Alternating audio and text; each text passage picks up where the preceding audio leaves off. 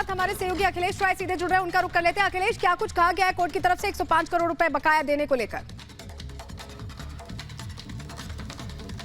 देखिए, हाईकोर्ट ने माना है कि इनकम टैक्स अपीलेट ट्रिब्यूनल का जो फैसला है उसमें कोई गलती नहीं है और इसमें हाईकोर्ट कोई हस्तक्षेप नहीं कर सकता।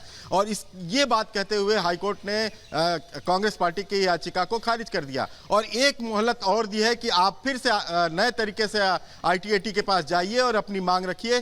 कुछ भी मोहलत होगी वो इनकम टैक्स अपीलेट ट्रिब्यूनल देगा। आपको पता है कि इनकम टैक्स का जो भी मामला होता है वो अपीलेट ट्रिब्यूनल सुनता है। इनका कहना था कि हमें राजनीति के तहत चूंकि चुनाव आ गए हैं इसलिए हमारा 105 करोड़ रुपया उस अकाउंट में ब्लॉक किया गया है। लेकिन जब हाईकोर्ट में दलील हुई तो उस दौरान इनकम टैक्स की तरफ से वकीलों ने साफ तौर पर कहा कि हमें इस राजनीति से कोई मतलब नहीं है। हमने 2018-19 के असेसमेंट ईयर का जो मामला था, इनका 105 करोड़ होता था, उस पर हमने मांग की थी। लगातार इनको हम आगाह करते रहे लेकिन इन्होंने उस पर कोई कदम नहीं उठाया। उसके बाद मजबूर होकर के यानी इसे एक बड़े झटके के तौर पर देखा समझा जा सकता है। अखिलेश, बहुत शुक्रिया आपका जुड़ने के लिए और जानकारियां देने के लिए। और चलिए अब रुक करेंगे 24 के सवाल का।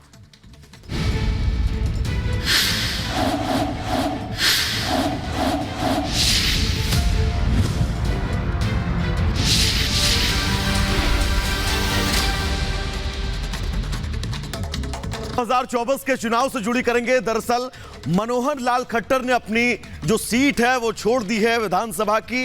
अब ऐसे में कयास ये लगाए जा रहे हैं कि मनोहर लाल खट्टर को अब लोकसभा में मौका दिया जा सकता है। खबर यह भी है कि नायब सैनी उपचुनाव जब करनाल विधानसभा का होगा तो वो चुनाव लड़ेंगे। लेकिन फिलहाल बड़ी खबर यही है, हरियाणा के पूर्व मुख्यमंत्री मनोहर लाल खट्टर ने अपनी करनाल विधानसभा सीट छोड़ दी है। लोकसभा चुनाव लड़ते हुए नजर ये तो पार्लियामेंट्री बोर्ड प्रधानमंत्री हमारे राष्ट्रीय अध्यक्ष तय करेंगे क्या करना। आपने कहा नायब सैनी सेवाएं करेंगे अब करना। क्योंकि मुख्यमंत्री का अगर कोई और विधायक नहीं होगा तो मुख्यमंत्री का दायित्व होता ही है। मैं भी पहले जितनी विधानसभाएं खाली होती थी उस समय उनकी सेवा के लिए मेरे जिम्मे मुख्यमंत्री के नाते काम होता था। अब मुख्यमंत्री के नाते काम करेंगे क्योंकि चुनाव भी लड़ सकते हैं नायब सैनी। अब ये तो समय बताएगा, पार्लियामेंट्री बोर्ड तय करेगा। सर, आपने कहा कि करनाल की सेवा नायब सिंह सैनी करेंगे। मैंने बताया जो खाली हो जाती है विधानसभा मुख्यमंत्री का ही दायित्व होता है। आगे पार्लियामेंट्री बोर्ड तय करेगा। और बड़ी खबर आपको बता दें, हिसार की रैली में बोले हैं दुष्यंत चौटाला, हमने 2 लोकसभा सीट मांगी थी। दुष्यंत ने कहा जो हो रहा है वो अच्छा है, जो होगा वो भी अच्छा होगा।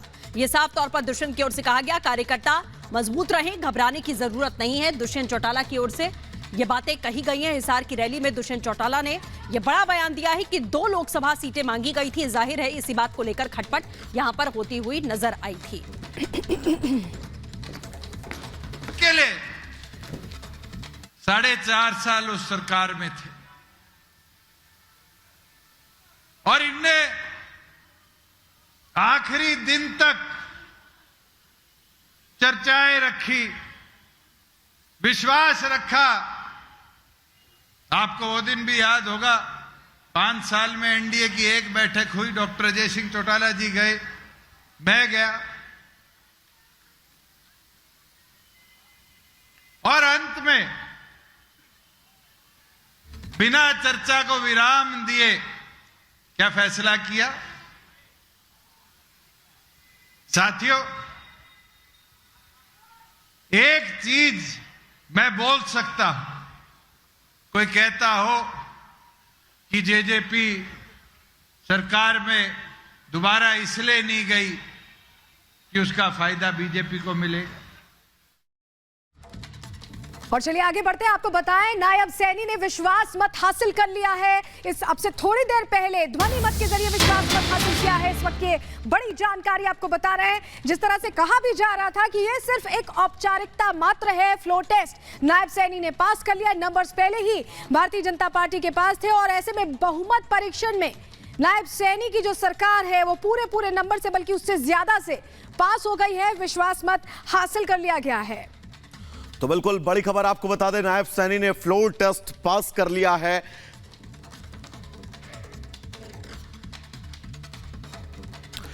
तो चलिए सीधा चलेंगे ग्राउंड जीरो पर। हमारे साथ अमित और लोमस जुड़े हुए हैं जो इस खबर से जुड़ी एक एक अपडेट आप तक सबसे पहले पहुंचा रहे हैं।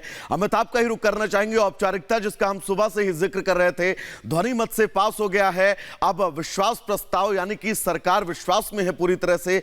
आगे रणनीतियां तय होंगी, स्थितियां तय होंगी। मनोहर लाल भी अपने पद से विधानसभा में सदस्यता से इस्तीफा दे चुके हैं। अमित,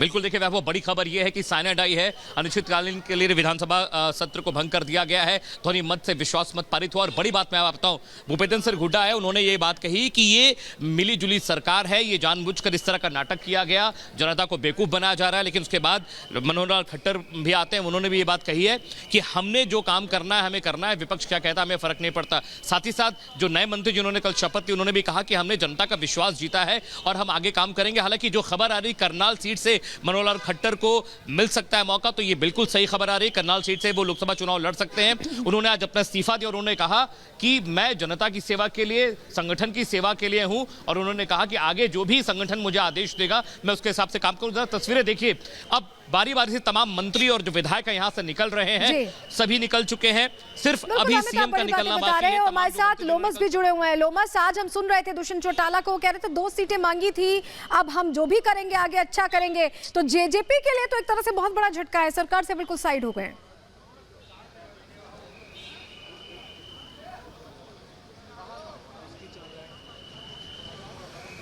लोमस, आप हमें सुन पा रहे हैं?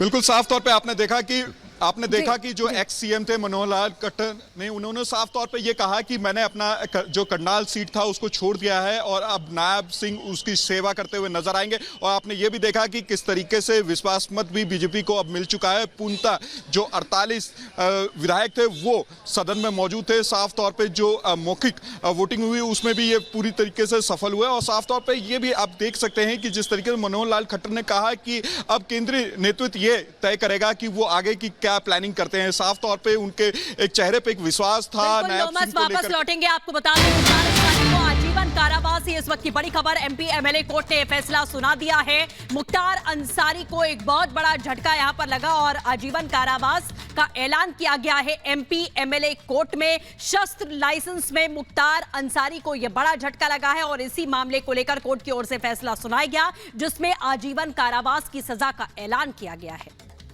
तो बिल्कुल बड़ा झटका मुख्तार अंसारी को, आजीवन कारावास की सजा मुख्तार अंसारी को सुनाई गई है। दरअसल अवैध शस्त्र लाइसेंस, इसमें फर्जीवाड़ा, जिसमें अब 36 साल बाद यह फैसला आया है और मुख्तार अंसारी को आजीवन कारावास की सजा एमपी एमएलए कोर्ट की तरफ से सुनाई गई है।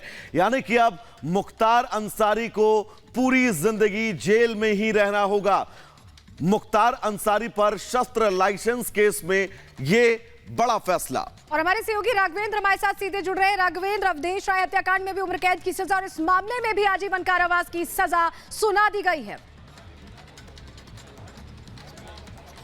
देखिए, बहुत बड़ी खबर है। वाराणसी से बहुत बड़ी खबर मुख्तार अंसारी के लिए निकल के आई है। उनके परिवार के लिए बहुत बड़ी खबर निकल के आई है कि इस मामले में भी, यानी जो शस्त्र लाइसेंस का जो फर्जी मामला 36 साल पुराना चला था, उसमें कहीं न कहीं इनको एक बड़ी सजा सुनाई गई है, आजीवन कारावास। यानी कि वो 302 के मामले में तो जेल में है ही, लेकिन ये जो आजीवन कारावास की जो सजा शस्त्र लाइसेंस के जो कूट रचित दस्तावेज तैयार करने के लिए जो उनको सुनाई गई है, कहीं न कहीं ये बहुत ही निगेटिव है उनके लिए। अब सारी जिंदगी उनको जेल में रहना पड़ेगा। यह 8वां ऐसा मामला है जिसमें सजा सुनाई गई है। मुख्तार अंसारी पर अभी दर्जन भर मामले और चल रहे हैं कोर्ट में। वही 60 से ज्यादा कुल मुकदमे दर्ज हैं उनके जो पूरे लाइफ की हिस्ट्री की अगर बात करें, आपराधिक हिस्ट्री की अगर बात करें, तो कहीं न कहीं आज को जो फैसला आया है वाराणसी कोर्ट से, यह बहुत ही ज्यादा दुख देने वाला है उनको, उनके परिवार को बहुत ज्यादा सदमा देने वाला है। तो कहीं न कहीं आज जो इन्होंने गलत किया था उस पर कोर्ट की मोहर लग गई है।